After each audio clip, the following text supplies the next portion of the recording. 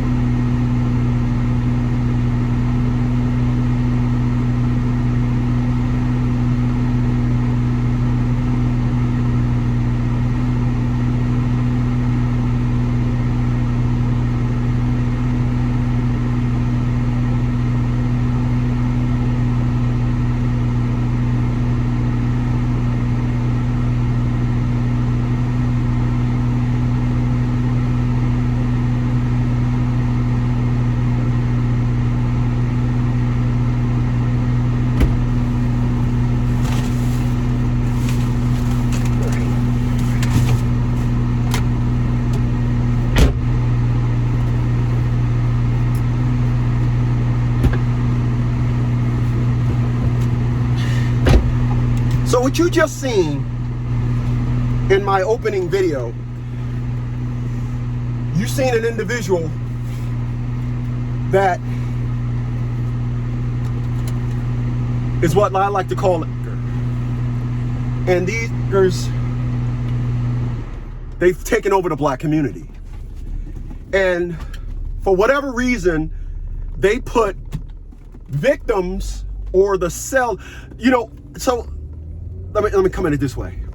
Gangsters are nothing but fear salesmen. That's all they are. They're nothing but fear salesmen. They're selling fear. It's just like when you guys go to family court. A lot of you fathers, you're being sold fear. There was a movie that Will Smith did, Planet Earth. And in that movie, Will Smith said something, I don't know if he ad-libbed it. Will Smith got a certain level of intellect that I wouldn't be surprised if he said that on his own. But he said to his son Takai, he said, people fear things that could possibly never, ever even happen. And that is insanity. So that's what fear is. Fear is this being scared of the unknown. You don't even know if it's going to happen.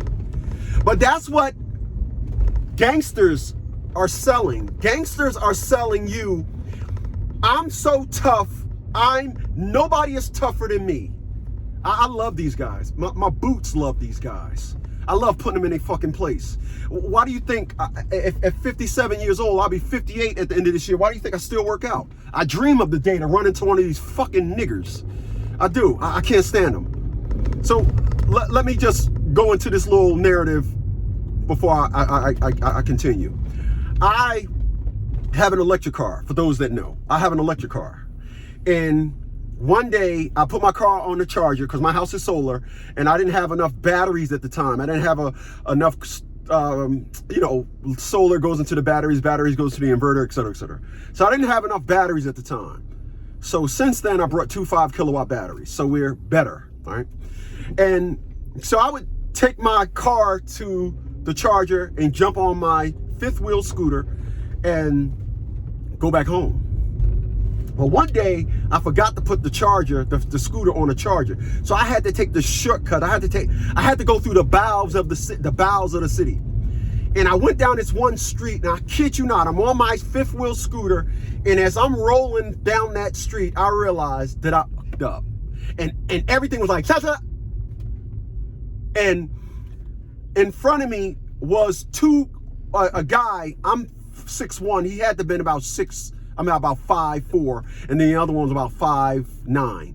And the little one was walking, and everybody, they had on these masks, couldn't tell who they was. And I'm on my scooter, and I'm riding, and as I go past them, they looking at me, and I'm looking at them, right? Then I put my head back, they put their head back. Then I just said, turn around and look at them. The littlest one, I turned around, and the littlest one was looking at me. When I turned around, he turned back. Now, what I know is something that I was taught from my father back in 1974 when I was 6. And my dad taught me the one rule is don't speak to nobody. You may think it's pleasant to say, hey, what's up, man? Now, if you're at the supermarket and you and a guy is passing, hey, what's going on, my man? But when you're out on the streets and that's not your territory and you don't know, you're not going to go through there again. Ain't no sense of speaking to people. My block that I live on, it's not too far from, not a project, but a 1, 2, 3, 4, 5, 6, 8-unit complex, 2 4 units in an L shape, and not the best people live there. So every once in a while, these individuals will come walking through my block. When I first bought the house 6 years ago, it was, what's going on, man? And I just stop and look at them. Now they know. 6 years later, they walk through. Now that dude at that house with all them BMWs, nah, he ain't gonna speak to you. But he will stop and give you a stare like, I'm watching you, right? I'm proud of my gangster, right? And it's something that my dad taught me. Whenever someone gets to the point when they can speak to you, that's when they can catch you off guard. That's why if you noticed in that video, the punk waited until the guy got in front of him so he could sneak him. Because these guys, again, they're fear salesmen. So let's get into the meat and potatoes of why I want to do this video. And this goes straight out. This is a straight question to you gangsters, to you thugs. I got a question for you. Why is, and you hear it in the rap songs, why is all of your enemies niggers?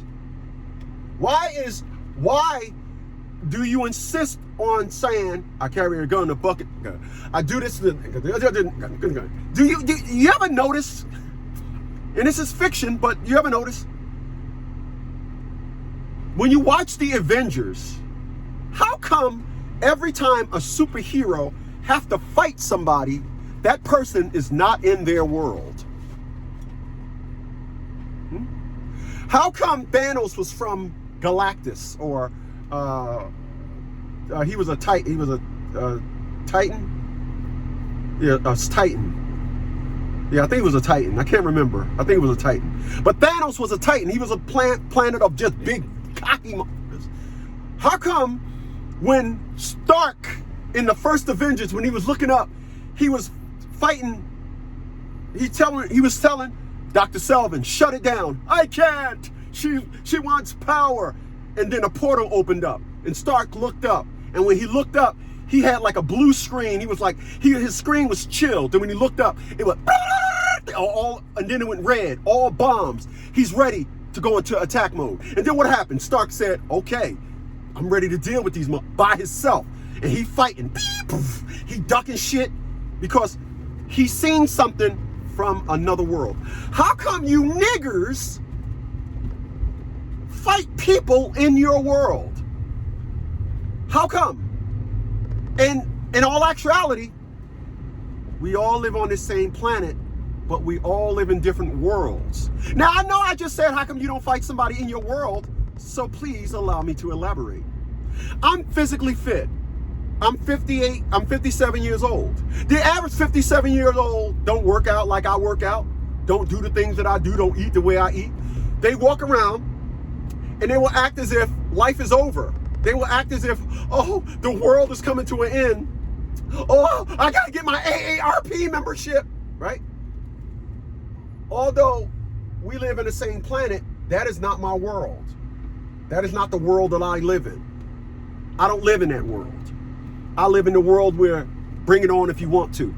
I live in that world where my shoulders are still broad, my chest is still, my waist is smaller than my upper body. Is tapered. I'm ready for the ready. I'm ready to put boots up in ass. You know why? Because I lived my whole life and knew my enemies was debt.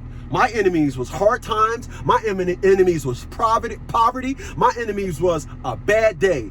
A person was never going to be my enemy. But if you look at gangsters, I don't know if you ever noticed this. When you look at gangsters, plus these niggers, their enemy is always somebody that they know. Oh, I know I got to jump on him. Stark didn't know when that portal opened that there was going to be millions of them motherfuckers coming out of that hole. He didn't know that. He had no idea who he was going up against. When Dr. Banner busted through, what was that? That was the end game. And he busted through that. He fell through that mug and he said, Thanos is coming. Thanos is coming. And Doctor Strange was like, ooh. And he was like, Thanos is coming. And when he said Thanos is coming, he said, and then when Thanos came, he said, what'd he say? Cap. That's him. That's him. When he seen him. And then what Cap? Cap just looked at him, hit his shield thing, and was ready to go at him, right? That's how that was. How come gangsters always know and always, oh, the person is smaller than me. I got a gun, they don't. How come gangsters always tend to fight people when they're at a disadvantage? How come the man was 71 years old and individuals is fighting a 71-year-old man? How come? How come? How come? How come? How come?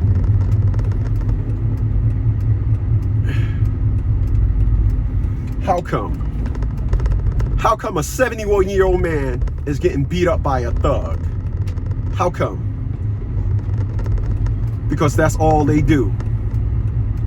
That's all they do. They fight individuals. They fight individuals, right?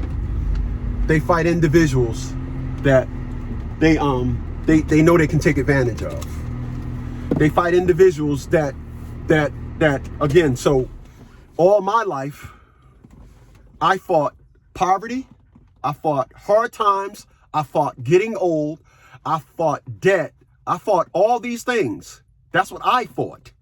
I fought all those things. Because I fought all those things, I now am ahead. I am beating those things. When you look at gangsters and you look at these individuals, they only tend to fight individuals that had no idea they're their enemy. They fight individuals that did nothing to them. They fight individuals. They want to walk around and beat on people and say, I did this to this person to get a one-up. I did this to this individual. I got an advantage. I got another nigger on my belt. He was just walking out. Where the ball? Where the ball? Where the ball? He was in front. I hit him from the back. Where the ball? This is why I'm moving. This is why I'm moving to Panama. I don't want to live around black people. I don't want to live around black people. I don't want to live around black people. And I'm going to tell you why. You can have a nice black neighbor next door to you, but then all of a sudden, one of their nigger kids falls on hard times, and then they allow one of their nigger kids to come live with them. And then their nigger kids got friends. And then they say, oh, I'm staying with my mom now. And then a nigger friend have a friend come over and they park in front of your house. They talking to one of their nigger friends in front of your house and they leaning on your car. They just have no fucking etiquette. But I want to be clear about something. I make it known because the lady that used to live next door to me, she told me that when a girl across the street was moving, she said that she heard him say, get from in front of that guy's house, he'll shoot you. Where's that? I tell you what, she knew well. The comment section belongs to you. Let me hear it.